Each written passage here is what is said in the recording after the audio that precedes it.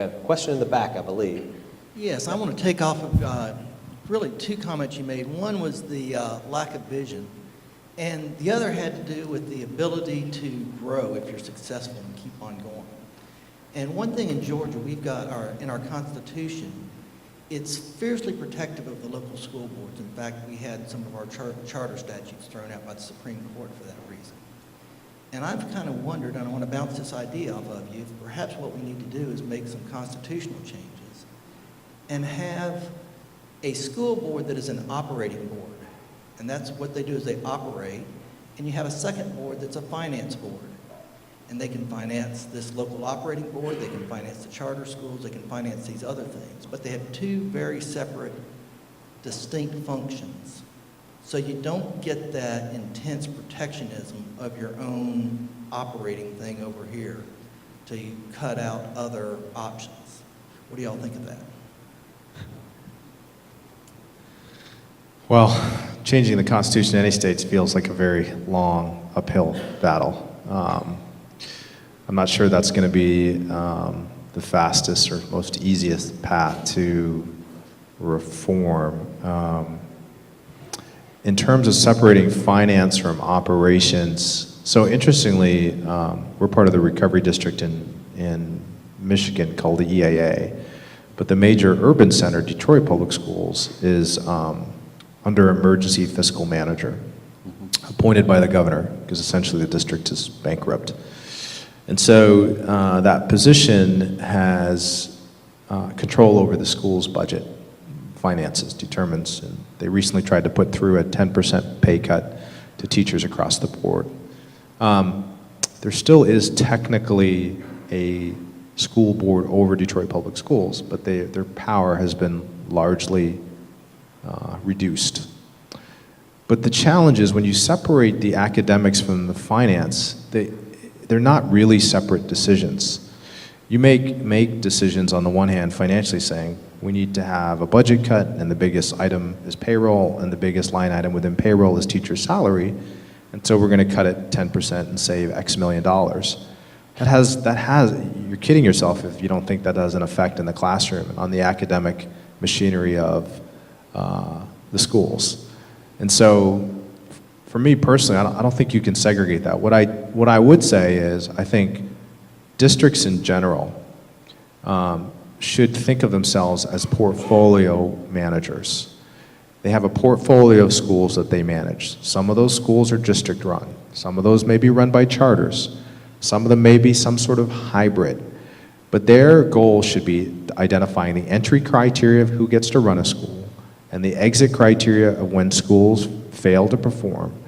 And they should invest their skills in managing the portfolio. What happens is districts have this dual responsibility of creating policy and running schools.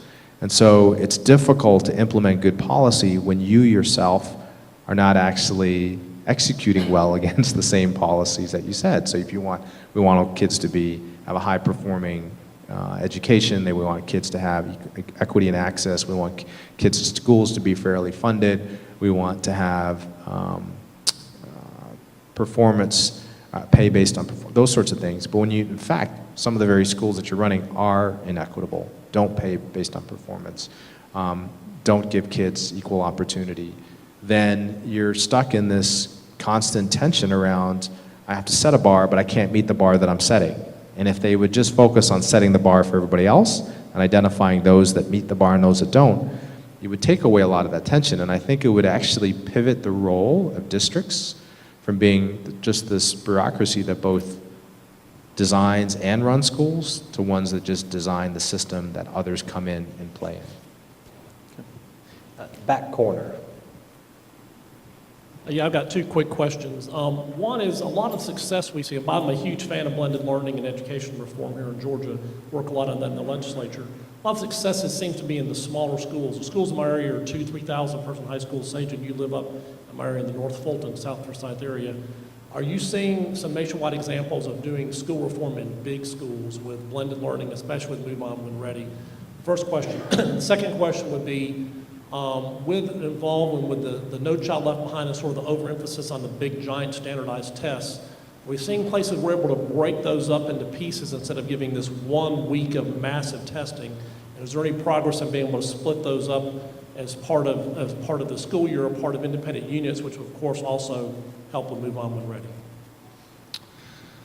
Yeah, I think on the first question, I think the blended models, if they've started with smaller size schools, it was not necessarily a design. It was more they were recruiting kids to a new kind of model, and they've been sort of growing incrementally in their startup organizations, and so they've started small. You are starting to see some really interesting permutations where, because of blended learning, the notion of class size starts to sort of go away. Like, kids are learning it. They're in school, but during the evenings and at home, they can continue learning. You can often have the notion, so I would say you're starting to see, as they become more successful, they're becoming larger in size, but I don't think size is their major metric by which they're governing themselves. In certain classes, they can have you can break down walls and have, in California, because their per pupil funding is so low, around 6,000, some of the blended models I'm seeing in there, they're doing some really, I don't know if I agree with it, but some permutations where I've seen 80 and 90 kids in a classroom. Now they all have laptops, they're sitting in small groups, they're leveled, but you may have one teacher and a couple of teacher aides, 3 teacher aides or coaches kind of rotating around the room, and it'll be a room like this size. So I'm definitely seeing that. On the standardized testing, what I would say is there is no blended model organization that I know, ourselves included, that are relying on a once-a-year standardized test to determine. All of us are doing rapid assessments throughout the year. In fact, our kids, literally the first week of school in their class, we give them these adaptive assessments where they get a question, it's online, they get a question right, they get a harder one. If they get it wrong, they get an easier one at the end. By the time they finish, and some kids finish quick and some kids take longer, it's a little logistically challenging to administer the test, but we get a score back that says, this is the grade level that this kid should be working on subject by subject. So some of my kids in our schools, age-wise, they're a 6th grader. But the second week of school, they tested at a 2nd grade in reading, that's where we're going to start them. But they tested at a 5th and a half grade in math, and that's where we're going to. And they tested at the 7th grade in science, that's where we're going to start them in their science class. And then what happens, we just keep updating that assessment. So we still have to take the standardized test because that's state law. But to be honest, that state test, although it's the ultimate test of whether the state renews our contract over a period of time, it's not actually driving the instructional decisions we're making in our school. Our assessments are much more frequent, much more real-time, and they're much more formative on how do we adjust and tweak each student's individual learning path based on what that assessment data is telling us. Does that frequency of assessment apply to the way you evaluate teachers Yeah. as well? So our teachers, we put 2 full-time, our blended instruction specialists in each school.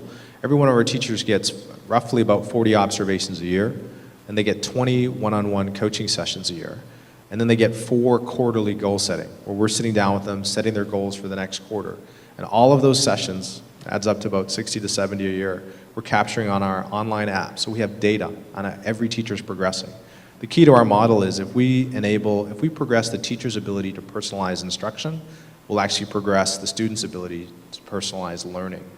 And so that, most teachers in Georgia, they're lucky if they get 1 observation a year from their principal. Ours will get 60 to 70 touch points. We feel like that level of coaching scaffolds them to really high performance, which then translates into our kids translating into really high performance. Too many blended models out there, I think, are just bypassing the teacher, putting the kids on the computer, showing them some animated videos, and they're kind of wondering, the progress is better, but why isn't it that much better?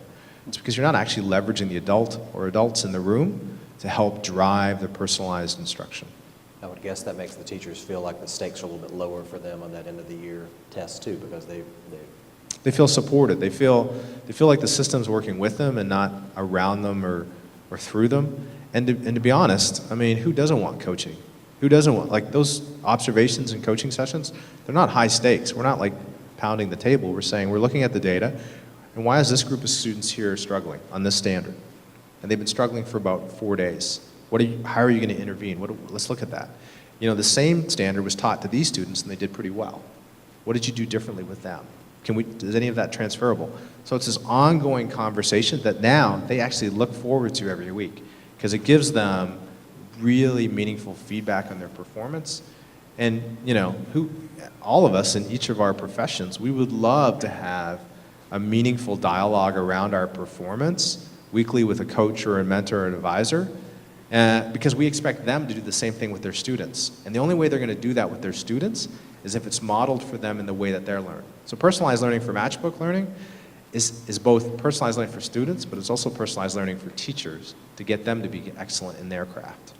I think we have time for one more quick question. We have one more, and let's go back to this side of the room. Speaking of teachers, my question is there a role or a need, if we're going to achieve full reform, to start at the university level where they're actually training teachers and training leaders? Is there a need for reform or change in that area where we're just starting out to sort of get to where we need to go? Do we need to include the university system and their training programs in part of what we're talking about? So the answer is yes. I'll give you a Common Core answer and then another. So in Florida, we had a higher education component for Common Core to make sure that what they needed from us was aligning with what we were doing in K-12. And so a lot of the provosts were actually excited because they said, you know what, this is one of the few times, for some it was the first time they'd ever been invited to a K-12 conversation, which I just think is mind-boggling.